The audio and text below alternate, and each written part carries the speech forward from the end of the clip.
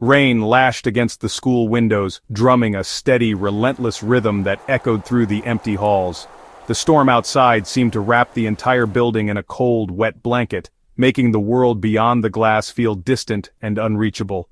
Each drop of rain was like a tiny drumbeat, reminding everyone inside that this was no ordinary Monday. It was a Monday, but it felt different, wrong somehow.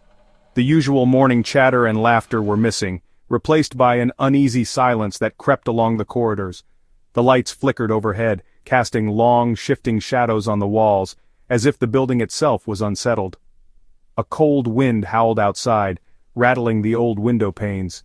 Inside, the halls of Oakwood Elementary felt strangely silent, as if the entire school was holding its breath, waiting for something to happen.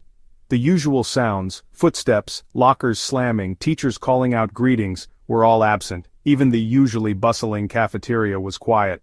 Trays clattered softly, but the room was filled with a heavy, uneasy hush. The smell of wet coats and cold air lingered, mixing with the faint aroma of cafeteria food. It was as if the storm outside had seeped into the very heart of the school. Kids whispered to each other, their voices hushed and nervous. They huddled in small groups, glancing over their shoulders as if afraid of being overheard by something lurking just out of sight. The usual excitement of a new week was gone, replaced by a sense of dread. Something was off. Everyone could feel it. The teachers tried to act normal, but even they seemed distracted, their eyes darting to the windows whenever thunder rumbled. The air was thick with tension, and every little sound made people jump. Jesse shivered, pulling his jacket tighter around his shoulders. The chill in the air seemed to seep right through his clothes, making him feel smaller and more vulnerable than usual. He tried to focus on his lunch, but his hands trembled slightly. He exchanged a worried look with his best friend Maya across the lunch table. They didn't need to say much. The fear in their eyes said it all. Both of them felt the weight of the strange day pressing down on their shoulders. "Weird day, huh?" he mumbled, barely loud enough for her to hear. His voice sounded small in the vast, echoing cafeteria, swallowed up by the silence. Maya nodded, her eyes wide and anxious. "Super weird," she agreed, her voice trembling just a little. She glanced around as if expecting something to leap out of the shadows at any moment. It's like the school is holding its breath, waiting for something to break the uneasy silence. And deep down, everyone wondered what would happen when it finally did. The weirdness intensified when Miss Lorne arrived. It was as if the air itself grew heavier, thick with anticipation and a strange chill that crept along the floorboards. The hallway outside room 2B seemed to darken as she approached, and even the fluorescent lights flickered uncertainly above her head. Their regular teacher, the cheerful Mrs. Bloom, was suddenly absent. Her desk, usually cluttered with colorful pens and cheerful notes, now sat eerily empty, as if she had vanished in the middle of a lesson. The room felt incomplete, missing its usual warmth and laughter. Instead, this tall, shadowy figure stood at the front of room 2B. She seemed to absorb the light around her, casting long, unsettling shadows that stretched across the floor. Every movement she made was deliberate, almost too slow, as if she was sizing up the room and everyone in it.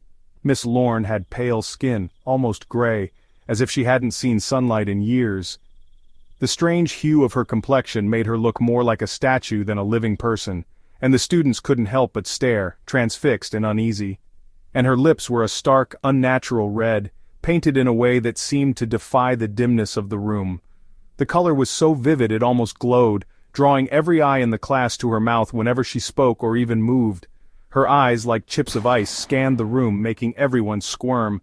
They were a piercing, icy blue, so cold and intense that it felt as if she could see right through you, reading every secret you'd ever tried to hide.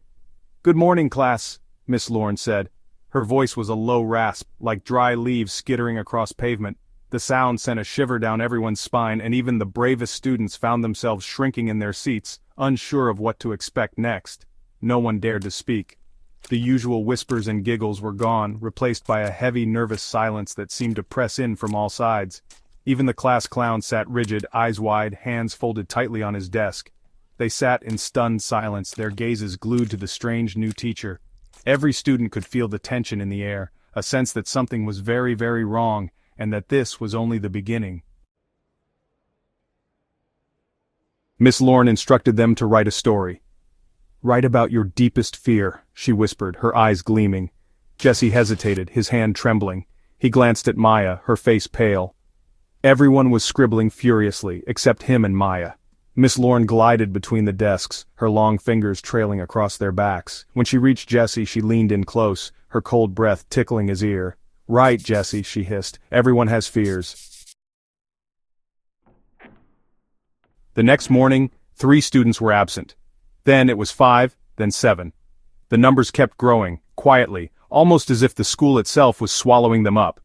At first it was easy to dismiss. A flu going around, maybe a family emergency. But as the days passed, the absences became impossible to ignore, at least for those who were paying attention. Each day, more desks sat empty, the silence in the classroom growing heavier. The once lively chatter faded, replaced by an uneasy hush that seemed to press in from the walls. The empty seats felt like accusations, silent reminders that something was terribly wrong, yet no one seemed to notice or care. Teachers marked the absences with a sigh, classmates shrugged and went about their day. It was as if the missing students had never existed at all. The world kept spinning, indifferent to the growing void. Jesse and Maya were terrified. They felt the chill in the air, the way the lights flickered just a little too long, the way the shadows seemed to stretch across the floor. Every day, the fear grew, gnawing at their insides. They noticed that each missing student had been sitting near them the day before. It was as if the darkness was closing in, picking off those closest to them one by one. The pattern was unmistakable, and it made their skin crawl. And the classroom, it felt colder now, the shadows deeper. The air was thick with dread, and every creak of the floorboards made them jump. "Something's wrong, Maya," Jesse whispered, his heart pounding so loudly he was sure Maya could hear it. Really wrong. He could barely get the words out, his throat tight with fear. Maya nodded, her eyes wide with fear. "It's Miss Lorne," she whispered back, her voice barely audible. She clutched her notebook to her chest as if it could protect her from whatever was lurking in the shadows. I think she's taking them." Maya's words hung in the air, heavy and terrifying. The idea seemed impossible, but nothing else made sense. Miss Lorne's eyes always seemed to linger a little too long, her smile never quite reaching her eyes. They decided to stay after school, hearts pounding, determined to find out the truth. The hallways emptied, the sun dipped lower, and the school took on a new, more sinister life after hours. To search Miss Lorne's desk for clues. They waited until the last footsteps faded, then crept to the front of the room, hands shaking as they rifled through drawers and papers, searching for anything that might explain the disappearances. But when the final bell rang, echoing through the empty halls like a warning, their courage began to falter. The sound seemed to signal more than just the end of the school day. It felt like a countdown. And the other students had left, their laughter and footsteps fading into silence. Jesse and Maya were alone, the only witnesses to the growing darkness. Jesse turned back to where the teacher's desk had been. It was gone. So was Miss Lorne. The space where the desk had stood was empty, as if it had never been there at all. And so was room 2B. Jesse stood frozen, unable to move, his mind racing to make sense of what he was seeing. The classroom, the desks, the chalkboard, all of it had vanished, leaving only a gaping emptiness. Staring at the empty space where the classroom had been only moments before, Jesse felt the world tilt beneath his feet. The familiar was gone, replaced by a void that seemed to swallow sound and light. Had it all been a dream? A nightmare? He looked at Maya, searching her face for answers, for reassurance that he wasn't losing his mind, her face as pale and terrified as he felt. She clung to his arm, her breath coming in short, panicked gasps. The fear in her eyes mirrored his own. Where did it go? Maya's voice trembled, barely more than a whisper, as if she was afraid the answer might hear her. She stammered, her voice trembling. The silence that followed was suffocating, pressing in on them from all sides. Jesse didn't know the answer. He shook his head, unable to find words, his mind spinning with questions and fear. But one thing was certain. Whatever had happened in room 2B was not natural. It was as if the room itself had been erased from reality, leaving only memories and fear behind. Something truly sinister had happened in room 2B, something that defied explanation.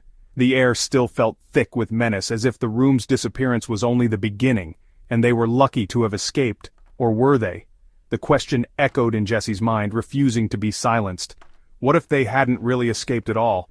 What if the darkness was still following them? The thought chilled him to the bone. He could feel goosebumps rising on his arms, the air around him colder than ever. Every shadow seemed to move, every sound seemed to whisper their names. What if it wasn't over? What if room 2B and Miss Lorne were waiting for them somewhere in the shadows? Jesse and Maya exchanged a look, knowing deep down that the nightmare might only just be beginning.